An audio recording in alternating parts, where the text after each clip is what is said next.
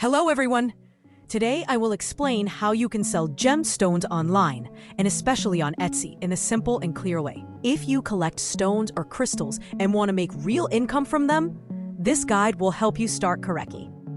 The first thing you need is to choose the type of gemstones you want to sell. You can sell raw stones, polished gems, crystals, or rare mineral specimens. Buyers in the United States and Europe love natural stones with good color, clear texture, and unique shapes. The second thing you need is good photos. Use natural light, a clean background, and take pictures from several angles.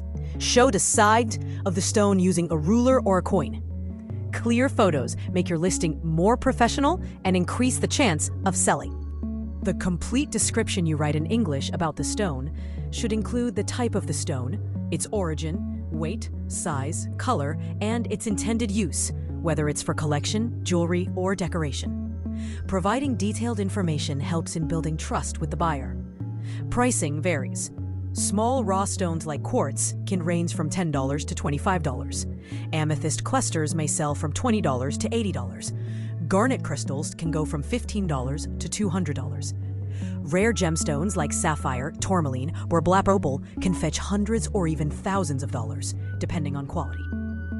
If the stone is special, consider pricing it higher. To start selling, create an Etsy account, set up a payment method, and choose clear shipping options. Shipping gemstones is straightforward. Use bubble wrap and a small box to protect the stone. Ensure you write the correct weight for accurate shipping costs.